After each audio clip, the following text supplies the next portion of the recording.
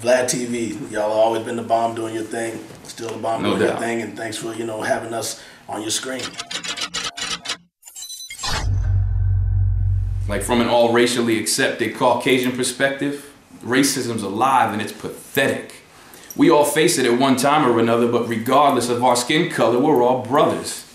Now the sooner we accept it, better off we'll be, because right now we're judged by people before they meet us.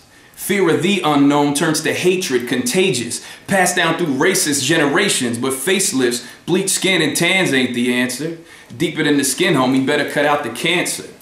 It's a disease that parents give to their kids. You keep feeding them poison, racism will live. Self-inflicted pain is brainless. I wish that it was H-E-T because it's human entertainment. I-B-E-T, that if aliens attack, we'd stand back to back with white, brown, and black.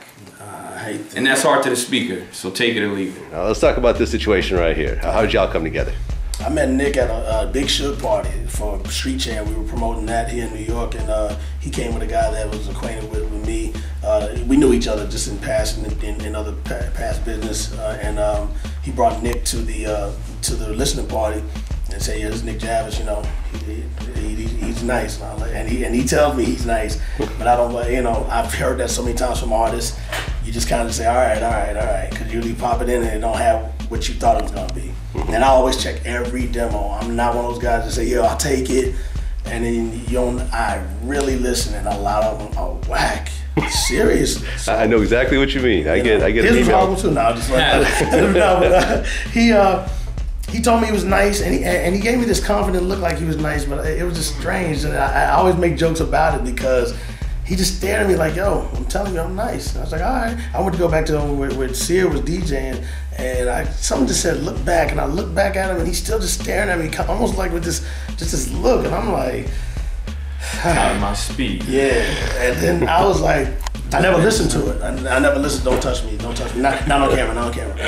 So I moved a few months later, and I was unboxing all my stuff, and I saw the CD because I never listened to it. And when I saw it, I was like, "That's that dude that was staring at me funny." Pop it in. He had this one record, what was called the World Tour.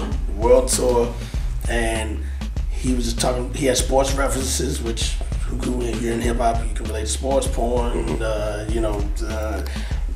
lot of people in politics, like we know about politics and the government and things like that, where a lot of rappers don't. They don't do their studying. So he was talking about our country is sick because it's run by people named Bush, Colin, and Dick.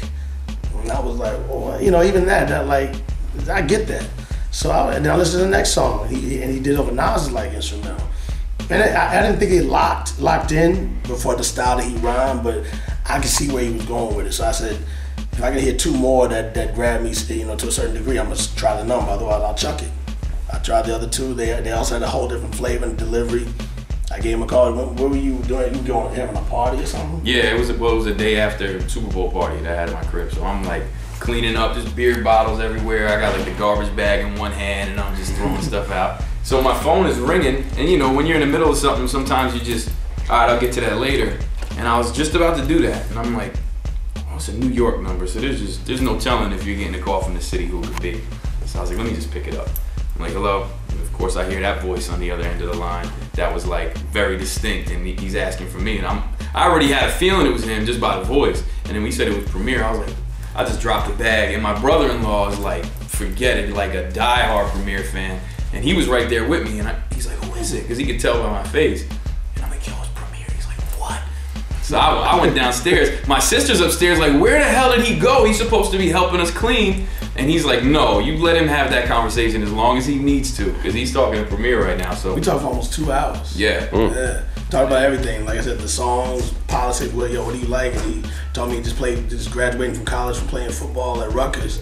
So even that, we started talking about that, just sports stuff and music and what made him want to rhyme. And like he didn't set out to do this as a career from the beginning.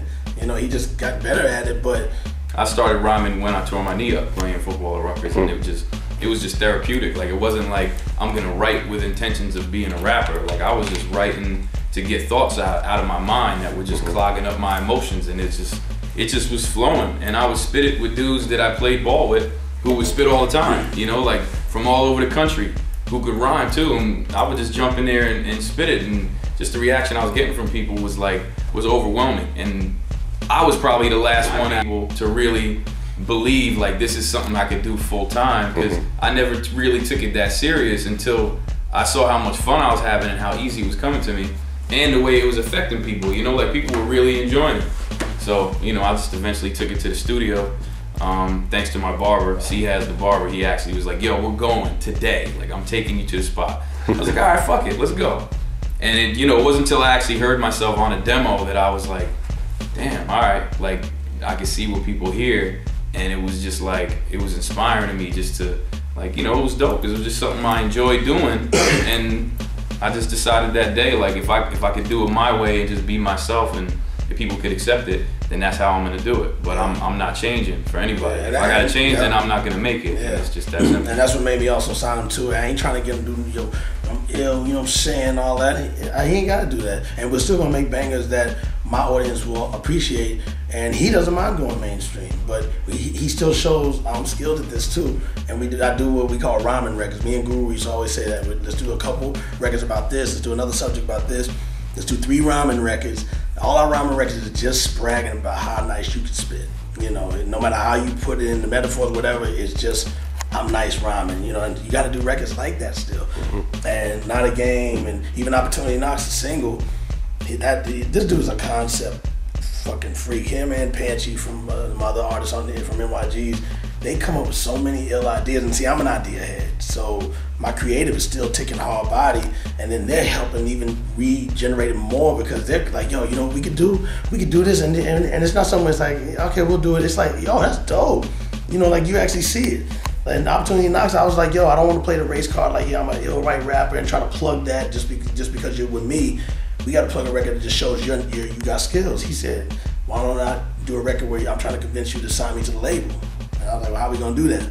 And he's like, yo, you know, like, I'm gonna call it Opportunity Knocks. And then from there, I thought about a knock on the door. And I took a sample. I said, yo, I can do it like this.